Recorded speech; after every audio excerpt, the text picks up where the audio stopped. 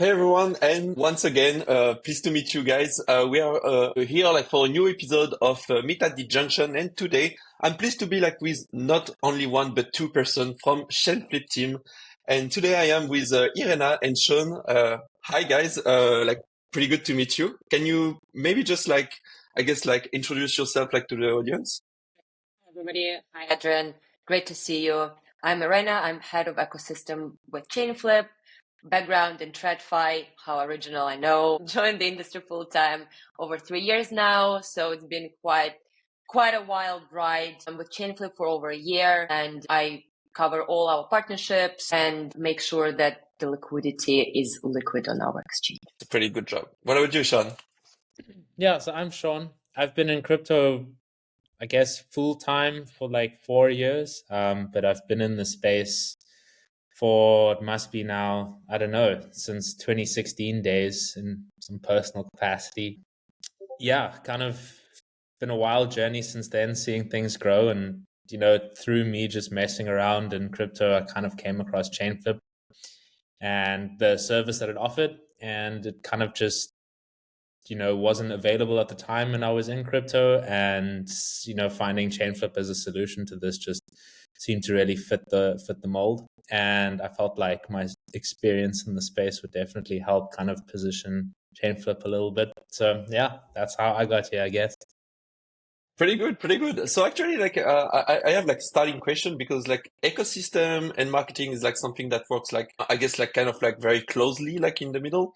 So could you explain maybe like for the audience, like what's like the difference like in a day, just like what are you doing like specifically? Because like ecosystem can be like potentially as mentioned, like partnership, but it depends on like pretty much like of the job, but could be like even like something very technical with like the people like integrate your product. Could you just like maybe like explain a bit more like around like the ecosystem like work you are doing like inside like Arena?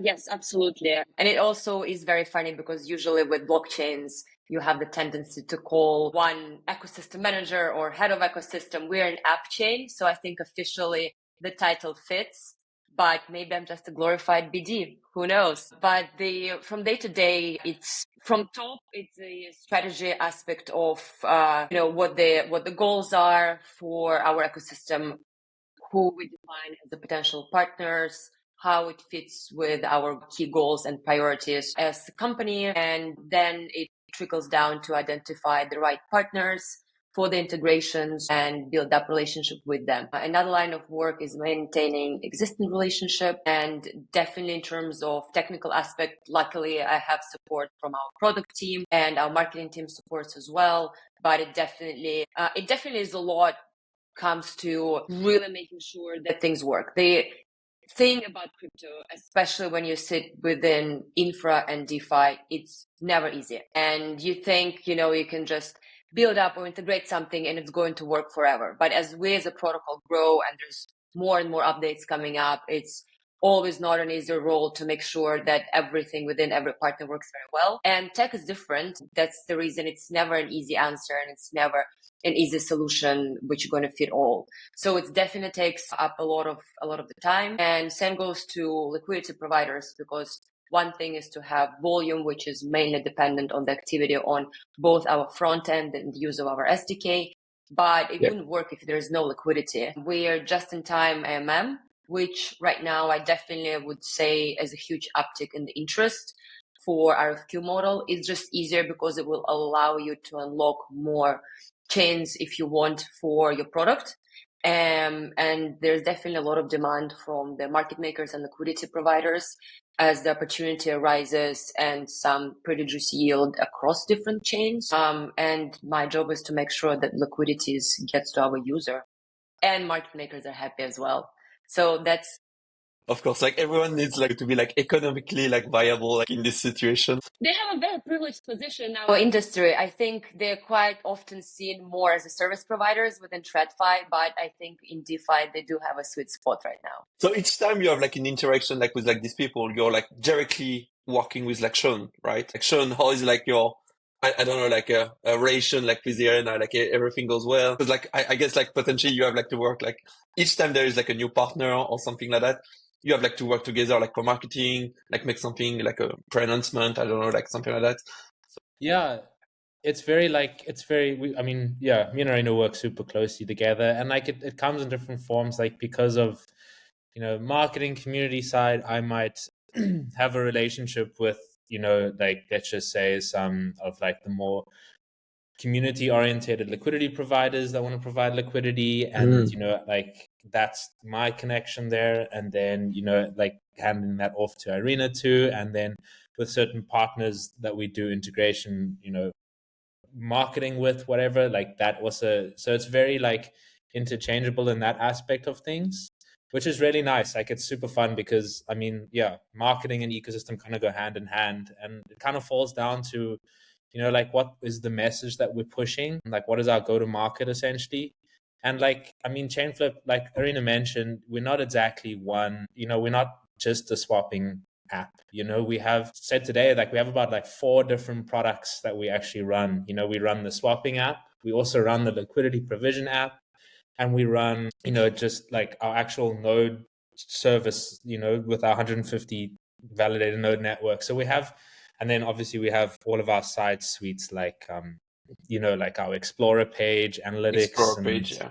all of that. Like, so you got all these different products that need to be marketed in different ways, you know. SDK. As we Oh, forgot I the can't SDK. forget the SD. Yeah, for Yeah, integrator like you us, know, for example, like the the SDK, main, yeah. yeah, I guess the 3 big products, like, yeah, 3 big products is, yeah, SDK, swapping app, and liquidity provision. But then we also got the node operation side of things, and each one has a different go to market, right? Like the swapping app, we're looking to get as many swappers in as possible, you know. And you know, how do we do that? What is the marketing that we push there? What is the value propositions? And then on the liquidity provision side, like how do we get market makers and LPs in? SDK side is like how can we get integrations, and then node operators like how can we get more people to come and actually secure the network. And yeah, that kind of runs like that. And each different product has its own different set of players, and that's kind of where like Irena and myself work, is like figuring out how to target these specific audiences, and then Irena actually goes out and does all the good Yeah. stuff to get them. So if I understand well, I would say like for like the economic like point of view, so like Chainflip got like these specificities, so like an interface to allow like the protocol, basically just like people like swapping. So it's like the first one where you can collect fees, I guess, like from the front end. The Yeah, second one is like on the node side, like people are running validators. yeah, Like there is like an inflation and something like that. And the third, like, is that there is like the liquidity providing and potentially generating fees. Like on your side, what are like the balances like between like all of that? So are you just like taking fees like on like specificities? Are you running validators like as a Chainflip like entity? I just like to know like a bit more like on your side, what is like the value like generation on your side? Because I understand like for yeah. liquidity provider there is an interest, validator there is an interest, but on your side, like where does the fees come from?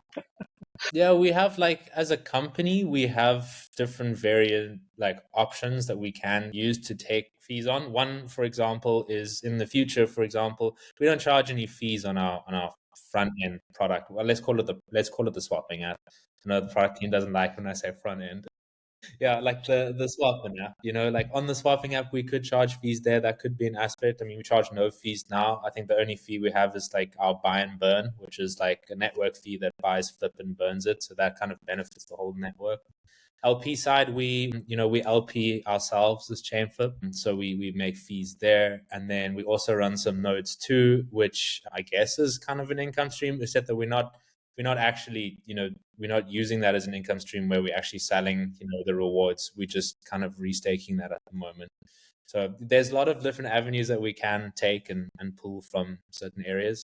On the SDK and integration side, it's like one of our big value props is like we don't actually charge any fees on that, besides the network fee, which is kind of built in, but we don't like add on any fees or anything like that with someone that wants to integrate chain. We give you the complete flexibility to decide to do that how you want. So if we did have, swapping fees on our swapping app, it's completely separate from like fees to our partners, etc. Yeah. Yeah, okay.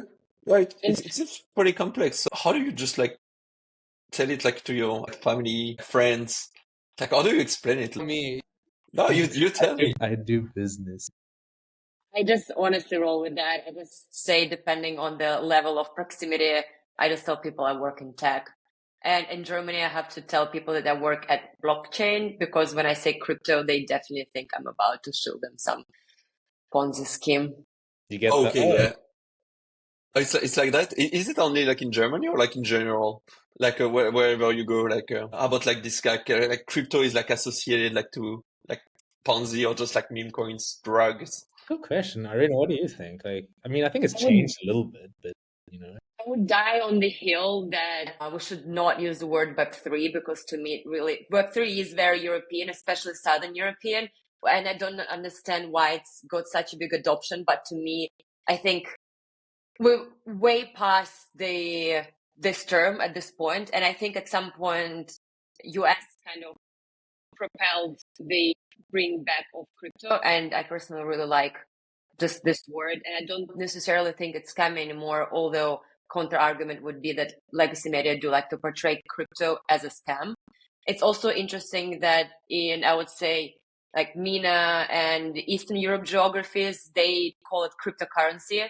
And when somebody says cryptocurrency, just run at this point. Oh, okay.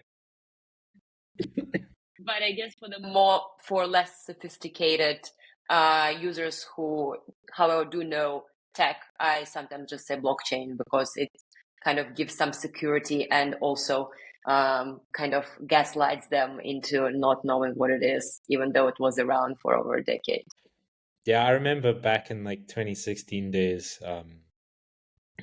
in South Africa especially, like no one was touching this stuff. And like I remember on my phone out, we were at a restaurant once. I was with a bunch of friends, and I was like just checking the price of Bitcoin. Back then it was like $1,000 or like $700. Yeah. And I was like, damn, like this is crazy. Like it's up like 100x. And they were like, so what is Bitcoin?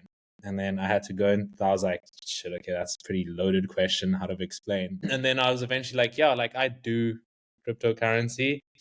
I do cryptocurrency, or like, what do you do? You know? Yeah, it doesn't mean like anything. Like I do cryptocurrencies is like, are you creating a cryptocurrency? Are you mining it? Exactly.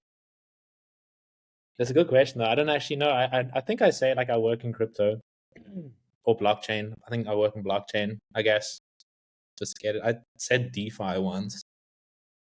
Yeah, DeFi is like maybe not too much known, like, but just like decentralized finance or like an alternative to traditional finance. I'm like can also work. Like TradFi. This is cool. Actually, you were working there, like Irena, you said, like in TradFi, right? Yes. So did you have like to explain like to your ex-colleague like the gap, like how do you actually like made it, like because TradFi is like completely different. So why did you just like choose to make the jump? Well, actually, it was not at all, because back also in 2017 we were investing and incubating blockchain projects. It was during the previous ICO cycle, and we were actually incubating blockchain for provenance back then. So this is how I originally got into it. And when I had my opportunity a few years later, I jumped the ship and joined full time. Okay, you did have the chance to be like in the side of like people investing already like at this time, so kind of like already a bit like inside. All right, I guess people like know you like a bit more, but we just like jump into like a bit in the middle like of like what is like Chainflip, but we didn't like explain it like completely. I guess like Chainflip is like a solution like often as like an alternative like to Thorchain. So maybe you can just like describe me like what are like the differences and how do you positionate yourself like maybe like in the future. Do you want to go for this one, eh? Yeah. Who's gonna take that? Yeah, well, I'll start. To be really honest, to the key things which are important is first we use USDC as a base pair, and this given we're talking to people who know it. So maybe let's step aside. What is Thorchain and what is Chainflip? It's an exchange which is decentralized and allows you to exchange assets that are not natively on the same chain. Okay, so instead of like using like a wrapped asset to make like a transfer between chains, it stay like as a native asset and just like use like USDC to make like the gap between like one chain to another. So let's say like Bitcoin to Ethereum, Bitcoin to Solana, and just like passing through USDC each time. And I just say that there's no wrapped tokens, and I think that's pretty much what's the best way for people to understand. And then it's just, what is important. The first important thing is that with Thorchain they use Rune, which is their native token, as a base pair, which is very volatile, which is make a job of a market maker much more complex. We use USDC, so for market makers it means they can easier rebalance. Basically, it's easier for them to run strategy on Chainflip. Second thing, which is important, it's also liquidity related. We use Uniswap v3, which is underlying infrastructure, underlying architecture for our exchange. But we also more RFQ-like exchange, which means that there's no impermanent loss, and market makers can just actively quote, which is their preferable strategy right now. And in Thorchain, there has been huge impermanent loss, which LPs have been suffering for a very long time.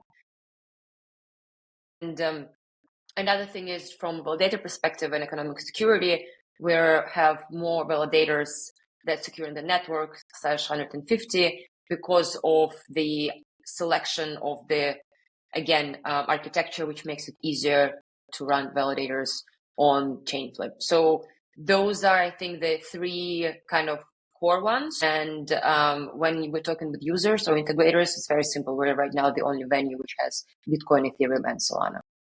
Okay, and basically, like the validators are like running, if I'm not mistaken, like kind of like par chain, so kind of like in Polkadot ecosystem, right? So not specifically, we're substrate-based upchain. That's Substrate. Correct. Okay. Substrate is it's a framework which is offered by Parity. However, the difference with Parachain is Parachain still they inherit security from Polkadot, whereas we have our own economic security. Oh, okay. Okay. So it's just the framework which we've utilized. I mean, Shawn, would you like to add something else about how we're different from Thorchain? In a lot of ways, I think my biggest one is pricing. To be honest, like I think we're just more capital efficient, which is a big thing. Kind of all comes down to, one of our biggest value adds, like Irena said, is like Bitcoin and Solana. For me, those are like the two big ones that we offer that no one else does offer, and we can do that inside. We can offer trades in size with excellent pricing, and everyone kind of wins from that: the user, the swapper, liquidity provider, and the network in general. So like it's very capital efficient, and because of that we're able to kind of execute large trades, and it's very attractive for integrators to offer this to their platform. Just I think much more than say Thorchain, is because it's capital efficient. So at the end of the day it all comes down to fees, and if you can be efficient with your fees and you can split that down the kind of I was about to say pyramid, but I was going to say the funnel. Then everyone kind of wins. The user gets good pricing while still maintaining that liquidity providers can take a good fee, as well as the integrator can take a good fee. So by having that like capital efficient system, everyone can kind of share on the pie. How do you envision like this like interoperability? Because like you're positioned like kind of like the infrastructure specifically for moving like BTC to ETH or ETH to Solana. So kind of like already three big ecosystem. But how do you see like interoperability like in your hand? Because there is like so many one, like could be like even like Ripple, could be like like a ton, could be like a Cosmos ecosystem. So how do you envision like these needs on your side, like get into like other ecosystem? Is it like something you want to achieve like quite fast? So exploring new chain and new ecosystem, or just like kind of like staying in this few one and just like making it like as a best in class experience only, kind of like the Uniswap. They stay only in EVMs when they could just like go outside, but I think they don't pretty much care. Yeah, I think that's a good question. And like I've got a lot of points, I've got a lot of like personal takes on that in general. It's like, first, like I think everything's moving to kind of application specific blockchain-esque, and all these different chains and layers that are kind of coming above. It's a strategic decision that you have to make as a company on like what's your approach here going to be to tackle these different ecosystems. And yeah, sure, we could go out and spend a lot of dev time in order to kind of capture as many of them, like Ripple, etc. But we also have to look at like what purpose are these chains serving?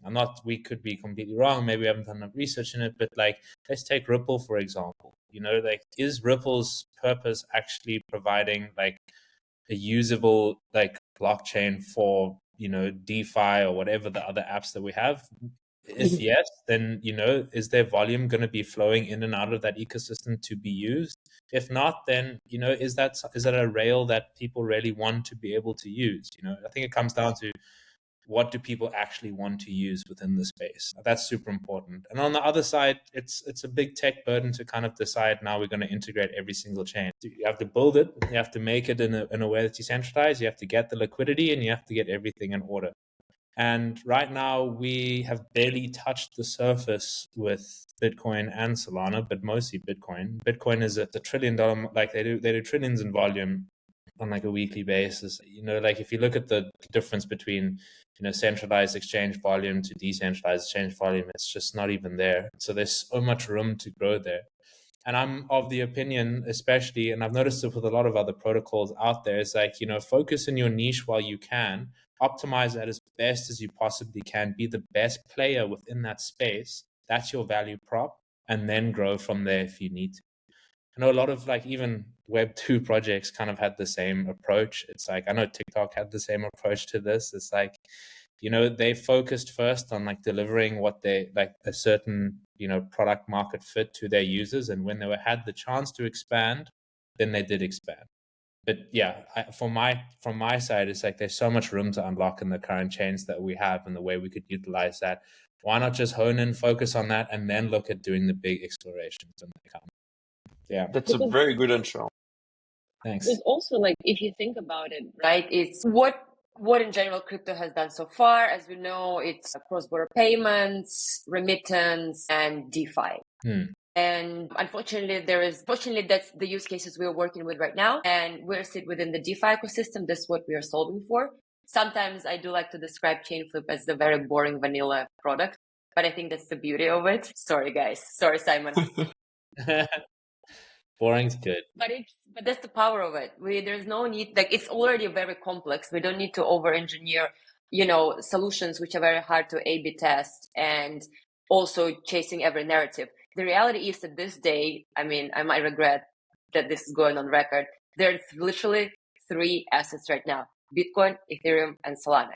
And since we're sitting in DeFi, if you talk about like liquid funds and more institutional players, that's the only assets they care about.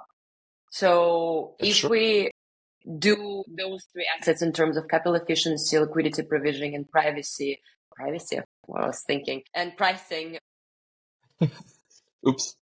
very well, then I think that's already very big value prop and very big market share we can get. I remember Simon was also saying in one of his interviews, not changing the world with Chainflip. We basically solving for need that exists in the market. We're not trying to, I wanted to say clone a human here, but that's probably for a different podcast. Actually, it's pretty good. Like, I get like your point. So basically just like focusing on the niche, don't get like distracted by like everything, and just like stay on like on the main asset. And I think like this is where like Chainflip did pretty great in terms of execution. If you like just like to set up it a bit more, like last year there was only like Thorchain that was like doing like this kind of like operation. So like native Bitcoin to ETH, like everyone was like, okay, it's the time. Like everyone wants Bitcoin on chain. There is a need of this solution, and Chainflip just like appeared at this time. It was just like the start of your I would say like mainnet start, and then you directly just like improved it by adding like Solana. And there was like, and I guess like there is still only like yourself in this. Maybe no, I don't think Thorchain. Maybe Thorchain. No, they don't have it yet. Yeah, only you. So yeah, I guess like very good play like in terms of execution. It was like perfect timing. I guess potentially a bit of luck because like Solana exploded at this time, but still, we're still looking like I don't know if you check like wallets, for example, even like Phantom, which is kind of like a big one that also like support like Bitcoin. They seems to not have directly like the swap inside. Is it like something like you still like wonder why is like still not happening? Because I guess it's like a tons of volumes that is like kind of like missed like on the side. So I guess like to just like get into this question, I would say like, okay, so how do you see potentially like this implementation, like more like in the consumer side with wallets to be like more like approved? So is it like directly you, or is it more like API like us, like having like tons of like aggregation, Chainflip inside and just like make the implementation with them? And I guess like secondly, is it like enough in terms like of liquidity on your side to be able like to get like this amount of potentially like of volume coming from like a big like a wallet? If somebody from Phantom is listening to this podcast, please call me. Call me. We will send them. But I'll take this one first, and then I'll forward to Shawn. I think there are a few questions here. So to answer like the first question, and I think it is very timely one in terms of who are our partners. It's mostly wallets and aggregators, and to my understanding, how the flow really works in terms of whether they're going to integrate Chainflip directly, and if there's any other opportunities and synergies. I think we're in a very interesting state, and I referred to it a few times already, where I think we're going to have a lot of consolidation because there is a wide variety of service providers within the interop space. And I think we're over-engineered it a little bit, where there's just too many providers of very similar services, which creates this race to the bottom in terms of fees. And it also creates this environment where you can either integrate Chainflip, or you can integrate Chainflip through integrating 3 other API providers, or basically interop infra. And I think it is going well for now, because it gives, based on the dev capacity, bigger options for phantoms of this world. But however, I don't think, given just the cost which each business still has to incur, and in terms of very simple salaries, supporting all the infrastructure, I don't think if we are looking to reduce the fees, a lot of those players are going to survive. And another thing is, it still depends on, I think a lot of it actually just down to capacity. If they have dev capacity, they can work and get Chainflip directly, and it's much more favorable fees wise. But then there's a maintenance aspect of it. If they have already existing partner, then they can plug us in through our other partners, such as SwapKit, for example, who are also amazing teams. Huge kudos to them. We've been working with them for a very long time, and this also just makes the whole work much easier. And also, when there's a reputation which SwapKit had, which is available already there. So there's multiple ways how it is going, but this is first answer. And the second answer, right now, it's definitely very competitive, and there are a lot of options. I don't think it's sustainable long term. And then I think third aspect to cover is, this is also the reason why we like to focus on very specific one thing that we're doing. We don't have, just to note, we don't actually have routing within our protocol. So that's the reason we're not only working with aggregators, but we also work with not with wallets, but with aggregators. But for them, we basically have mechanisms which allow them to seamlessly create one long transaction, let's say from Bitcoin to a meme coin on Solana right now. Yeah. So we made this possible, and this is a huge benefit for them. In terms of liquidity, Shawn already mentioned the capital efficiency of it. So it's a matter of, it's not a matter of how much, and it's not a matter of to have that much liquidity for the pricing to be very efficient. Another structure with in terms like TWAP, or Shawn might call it DCA, that basically makes it easier to support bigger swaps. But I think there is still a little bit more liquidity which we can onboard, and that's the reason we're building out a lot of new solutions to make liquidity provisioning even easier. And I think there's definitely more things to add on Shawn's side, because we work together on a lot of those tasks. Yeah. Again, I think the biggest thing is kind of like jack of all trades, master of none. Us focusing on Bitcoin and Solana as 2 different assets, like that comes with marketing, right? And that comes with being able to get it out there in the world, that in the crypto space, that is what we offer, and we do that best, and that takes time to build that up as a narrative for people to trust as well. I think that's a big aspect. I was chatting with some people today, like our first time we were live was Jan 2024, and Irena, I can imagine if she had to go run around and ask every integrator to integrate us, it's like, where's your evidence? Where's your proof? Like, come on, like you have to go through a little bit of trials and tribulation before you can kind of be considered for this. And that's, I think, super important to do so. It's a big risk that you're taking as like a, an integrator, wallet, whatever. Like, but now we've gone through it, and we've gone through a couple different tests. One of the tests that's related to this, I think, is like the liquidity test. We've had to change our product in a way that makes it more capital efficient, which helps swappers, but also helps liquidity providers. And we've also had to scale the liquidity too, so we can offer more and more volumes. It's kind of like a chicken and egg thing with liquidity, like yields are really good for liquidity providers when there's not that many of them, but then we're not having enough liquidity to support a lot more volume.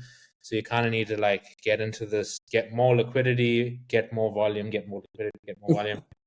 And when you get to that sweet spot and you're able to do volumes in an efficient way, people notice. People definitely notice. And I think a lot of people in the space have noticed over the last couple months that, Chainflip is reaching that point where they are able to handle pretty significant volumes. We did $20 million in a day yesterday without a hitch.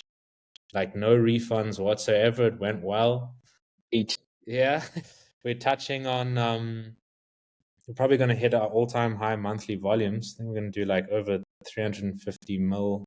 That's my goal for the month. Like it's kind of come out of a bit of blood, sweat, and tears. And then that's now reputable evidence that we can kind of take to these integrators and say, hey, we can do Bitcoin swaps and Solana swaps. We can do it super well.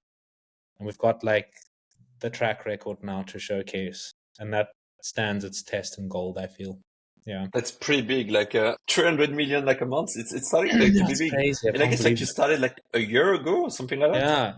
Yeah. You went like from 0 a month to potentially like few K to just I was looking at it. 300 million now. I made a comment also in the chat today. Like I was in Canada when we launched the swapping app for the first time. Because the validator network was up and running for a couple months while we get everything ready. But the first time we switched on the swapping app, liquidity already. I was in Canada and like we switched it on. And we were like, okay, cool, we've done the post. It's like, when are we gonna get like that first swap? Like now someone actually has to swap, And it's like we had caps. We also had caps where it was like you could only swap a maximum of like $1,000. Whereas like, I mean, in Bitcoin terms too, like you're not exactly attracting a lot of whales there. So we had a couple of people experiment with like $1,000 and we were like, oh, look how capital efficient we are. Like, cool, sick, we've done $1,000. And, it was such a big thing for us. And that first month we did about $2 million in volume and we were like, wow, that's incredible. Second month. That's big actually. Like a 1K by 1K, it's a lot. Yeah, exactly. Raising the caps, and then we hit like $6 million, and then I think mid-year we just started hitting some pretty significant milestones where it was just like, shit, that's like 50 million now, that's 70 million, and then 130 million, and then like 200 million. It's like, oh my god, like this thing works. Yeah, you know what you are like working for, I guess, like at this time, and you're like, okay, like this is it. And I mean, it's like, working. What's gonna happen too? And like when, like I remember like when I first started at Chainflip, like I mean we were like 3 years from launch, basically. No, I'd say a year and a half from launch. And I was like, yo, I'd be really happy if we could do like 1 million or 2 a day in volume. Like that seems good, Shawn, spill the beans. What was the first swap? I can't say it. You have to say it. I can't actually. Please do it. It was to Polkadot. It was to Polkadot? Yeah. So a Bitcoin to Polkadot one? Yeah, no, everything was USDC to Polkadot. There was no Bitcoin involved. Oh my god, there wasn't even Bitcoin. Actually, like that's true. You still have DOT right now. Like, is it something like that have like some volume?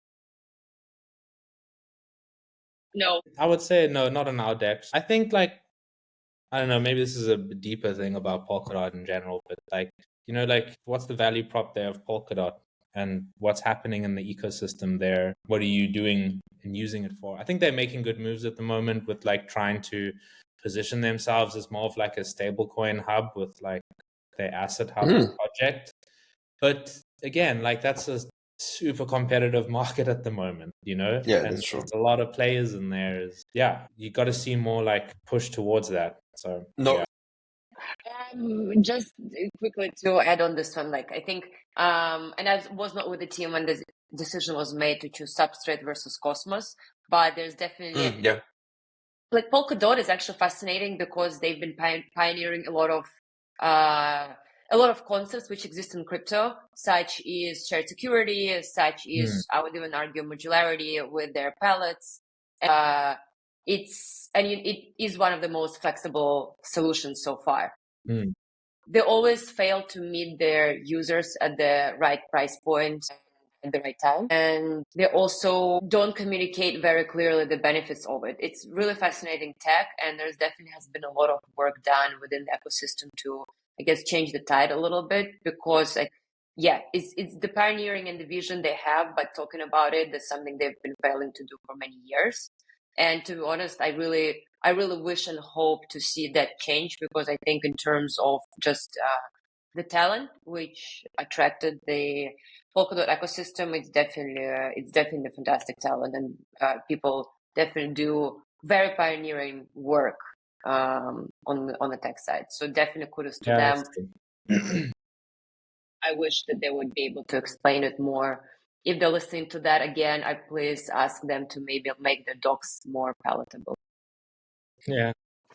Maybe that just like to go like still like in this kind of like evolution like of things like because like we see like the past like of the 12 months. Let's say like let's make a little game. Let's say like in a year like we are like 20 March like 2026. How much volume a month? Crazy. I don't know. It's hard to say because like either we are like in a bull market and like it's gonna be very very crazy. Either it's like the complete like disaster recession, 80% of like a down on the whole market. Yeah. I got a terrible TradFi joke for you that my ex-boss used to say. If we all knew that answer, we'd be sitting on a beach having mimosas. Whenever we were doing predictions. I don't know, like I was looking at DEXs in general, like I'm gonna shout out DeFi and Jump and the crew in this one because I've just been following them for a long time personally too. And like I mean they also went from like $2-3 million a day that just immediately jumped to like 10-20 million dollars a day, and then literally like a year later it 10x from there, and they're doing like 100 It's often 10x, yeah. If you look like a year to year, like on-chain volume, it's generally like 10 times a year. Yeah. Like potentially 3 billion a month. Yeah, I mean, it's possible. It's possible. I would like to get to like $1 billion a month. I think that's an incredible. Okay, let's say 1 billion like a month. I'm gonna settle at that. $1 billion a What's your thought, Irena? There is definitely North Star of 100 million a day in volume, which has been vocalized multiple times by us. But it just, there are a few things which we need to take into consideration. First of all, we need to have improvements in regulatory system globally, and definitely like US has been doing significant moves. I think Trump should be talking and does. Probably everybody's overly excited about it. For the speech, he didn't probably write himself. Well, for sure didn't. But it's definitely used as a signal for path towards adoption of crypto, which is going to mean tons of regulations, but it also will mean DeFi is going to be joined by Wall Street folks, and I think that definitely will trickle down in increased demand, and specifically for Bitcoin. I definitely think there's going to be more demand for institutional Bitcoin because the smart contract needs to build up. But there's definitely, I think, with few of the factors which can potentially increase the demand if the macro environment has changed and we're not going to have hard landing, especially for the US. And with that, I would say I agree with Shaun. We can definitely, aim.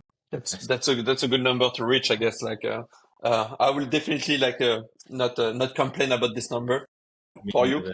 So could be pretty good, but like it's like a lot of numbers, a lot of complexity. We are like in an environment that is like moving like very fast, like every day. Potentially, we are working like 24 on 24, like it's mostly like what like I guess like people are like doing here. So Yeah. there is people that doing like burnout, some people that doesn't. So on your side, like how do you manage this? Like do you have like kind of like an activity or just like something that just like distract you like from all of these things, just like to relax, cool down? I heard like some you speak about beach like before, so pretty potentially like sun vacation.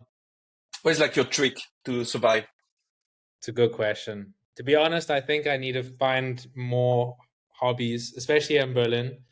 I think I spend too much time sometimes in crypto. Like I'm just like locked in too much. I come from a warm place. I come from South Africa, so I used to do a lot of surfing and like rock climbing, Yeah. just being in nature really. So I think that's my nice thing. I used to run a lot too. So a lot of running, being in nature, just like kind of switching off from the screens really helps a lot. And yeah, hanging out with non-crypto friends helps too. Yeah, It love really the Growing does day. help. It's rough. But it actually really does, because remember, Sean, when I went on holidays and I was hanging out with my childhood friends who like Yeah, have no idea what crypto is. It is very refreshing to have yeah, this like balanced friendship groups. definitely agree. You can speak about like something else. It reminds me, like, Yeah, you know, like I'm doing, for example, like CrossFit. When you enter like a CrossFit like room, everyone speak about CrossFit, but nothing else. And it's kind of like I did have a friend like that. When I'm with them, like we speak about CrossFit only. So it's kind of like when you are like with the crypto people, you speak only like about crypto. So yeah, it's definitely like good to get like outside of like something, just like yeah, speak about like something else. definitely. Yeah, it's just like you also see your friends too. Like your friends, it's a complicated space, and like as a marketer, it's probably not a good thing to say this, but like as a complicated space, I should be able to distill things easier, and I think I do. But like easier to who? I think easier to someone that understands, crypto, but someone that has no clue of crypto, trying to explain to them decentralized finance Yeah. when they don't really have a grip on finance as is, it's like, fuck, it's hard. Yeah, I don't know if I can swear it, but it's hard. Funny story actually about it. It was right after token in Singapore, and I was about to catch my flight, and then I decided to go and have like very nice dinner before. And as the waitress was sitting me down, she asked if I'm going to be alone. So she said quite loudly that yes, I'm going to be alone and I want a nice view. Then somebody approached me at the restaurant asking if they can join me because they were eating alone themselves. So I thought, you know what, might as well, for a good company and good digestion. So here we are, sitting two of us with this person I've just met, sharing, not really sharing a meal. I don't like to share, I'm the only child, but we've ordered. He asked me, what am I doing? Because he was there for conference. And, put two and two, I'm telling him, well, that obviously I came from trees, from big art exhibition because I'm an art, because I decided I might treat myself for some fun. That poor guy spent 40 minutes explaining to me what crypto and Bitcoin is. It was the best dinner ever. It's actually a very funny joke. You're sick. I definitely highly recommend people to try that. It was fairly entertaining, and I tried to, tell him something about art, which I hope he learned a thing or two. I did after when it was after my main meal, I did had to come clean and tell him that I also was there for token. What was your big art fact that kind of sold it, I do know the lore of the art exhibitions, Art Basel and Freeze, because it takes place in London. So hey, sounded like a pro. Yeah. Threw in some like White Cube Gallery, the recent exhibition, they drop the Gagosian name, the usual. The usual, exactly. The usual. Pretty good reference. I hope like people that listen to this will potentially do the same when they meet someone, so they can have like some fun too. But just like to get like at the end like of these potential like questions, so we get like a bit like outside, just like to refresh a bit our mind. But just like there's so many things that are like developed like right now. Just like maybe like one you could just say like which is like potentially like overestimated or like underrated. Just like a trend or something you see like right now. Is it like stable coins are like the future or not? Or like the AI is like completely like vaporwave, or it's just like the new trend and we should definitely just switch everything into it? I don't know, like people can have like various opinion on that. Can be like anything, could be main coin. I don't know. If you do have like just one thing you think like it either underrated, either like overestimated, you have your choice. I think the AI play is a bit overrated, personally. I feel like it just came off the back of the space-seeking narrative. There hasn't been anything super significant, I feel like, that's been as fun or interesting to do on chain. And like AI opened up a lot of doorways. And I can't believe it actually came to this, because even in 2021, people were joking about AI actually becoming a narrative. And like the whole narrative of like, crypto people are pivoting into AI. And then now it's like AI people pivoting into crypto. And it's just like, can't believe we actually got the AI crypto narrative that people were saying. But I feel like there was just not really an offering there, and there still isn't an offering there. It feels like it was just there to kind of ride the hype. And I must be honest, I haven't exactly played too much with it, but like from what I've seen on the outside, it hasn't been anything kind of revolutionary to the space. Yeah, I think a narrative that can't be avoided is the stablecoin narrative, but I think we all know why that is. It's just picking up. Yeah. I also agree with Shaun. I think it's, in terms of overrated narrative, there was not enough understanding how much more work we need to do in terms of AI. I'm very curious about the space, definitely, and I think it's going to change the way the global economy, the labor markets function. But we kind of overestimated the timelines, I think. I would also add Bitcoin, like BTC-Fi or Bitcoin sidechain narrative. Oh yeah. Because I personally see it in the kind of BIP 420 upgrade, and I think until the Bitcoin chain itself, actually able to understand what information is posted on it, none of those narratives actually gonna work out yet. And it definitely was very overfueled, with a lot of VCs kind of try to find some sort of narrative, and at some point I think there was over 80 side chains, but website went down. I'm not quite sure why. There was alternative of L2 Beats, and they took the website down. Very strange. Yeah, can be strange. Yeah? And underestimated, maybe not underestimated, but something I'm personally trying to actually understand a little bit more is trusted execution environments and their application for institutions. And I think maybe rebirth of RWAs, actually. I think with, something very boring, more tokenization of T-bills, like settlement. But yeah, I think maybe we're kind of mature now. Yeah. Yeah, that's pretty good ones. Actually, that's many different trend, like RWA, like stablecoin, like with like backend, like with T-bills, like Noble, like launched their USDCN. There is like the RWA with like Mantra, Hondo. Like there is like a new one, like I guess like every day that is like popping up. So I mean, like it's kind of like narrative at the moment. Maybe it will be like, I don't know, like working or not. Still, it's like linked to TradeFi, so they have like money. So I guess like it, anyway, we'll have like some kind of a trend. So maybe it's, I don't know, like on Chainflip side, just like to finish maybe, do you have like kind of like a thing, like a feature or something? Because like we talk about the thing, like now you can exchange like a Bitcoin native to directly like a token on Solana. Directly, just a single transaction and it's done. Is there like anything like you have like in the pipe, an alpha or something you can share? Or just like something you're like working on? You cannot just like share everything, but just like a trend.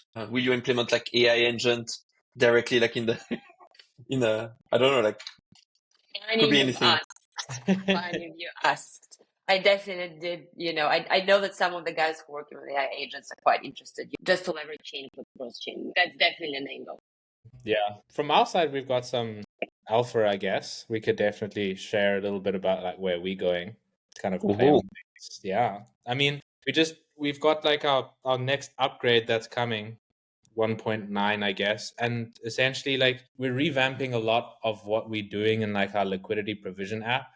I don't even think it should be called the liquidity provision app. Maybe call it like an actual trading account.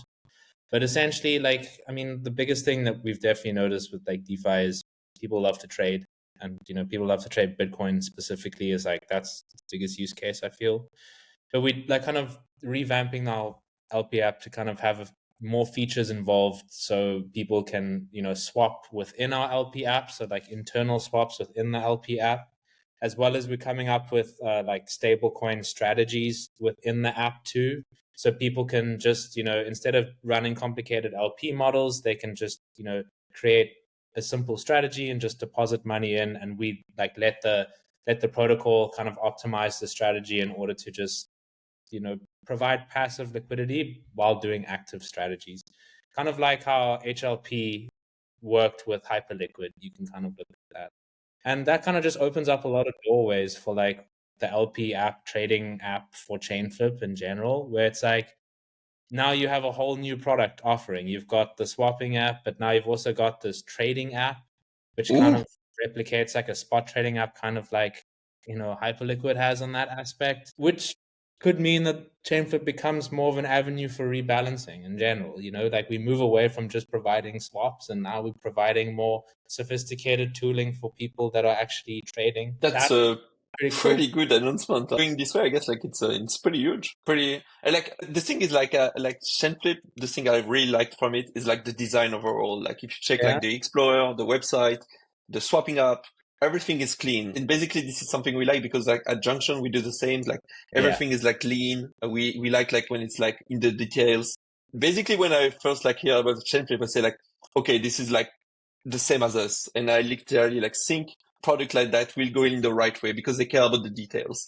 And from what you're like saying, like going this way, like kind of like the trading path, like kind of like a single place, like Atla, Hyperliquid, it's a pretty good one. Like it's getting a lot of interest from people. So I guess like right choice. Maybe just like to wrap up, you did a lot like of crypto, TradeFi, different job maybe.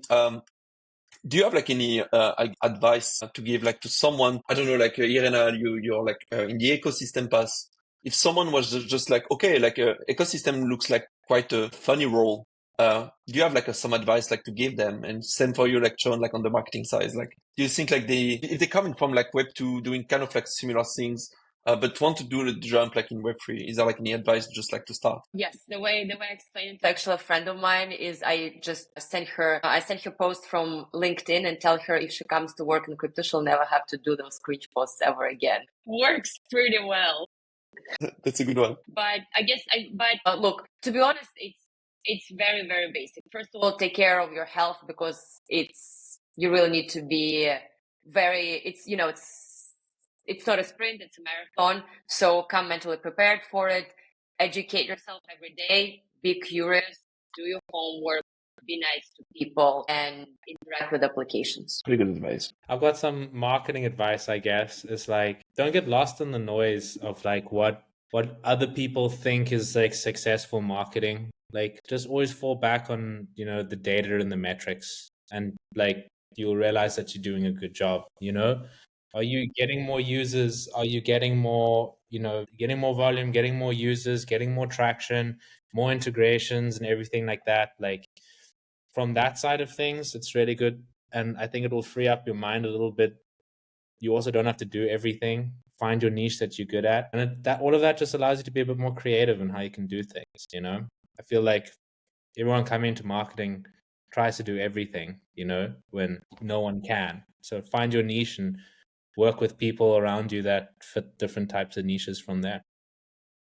That's some very good advice. Like it's actually true. Like there is so many things, so much noise. You want to do like everything, but you can't do everything. So you just have like to focus on something, get into your niche. Like actually that's true. Like there is so much noise.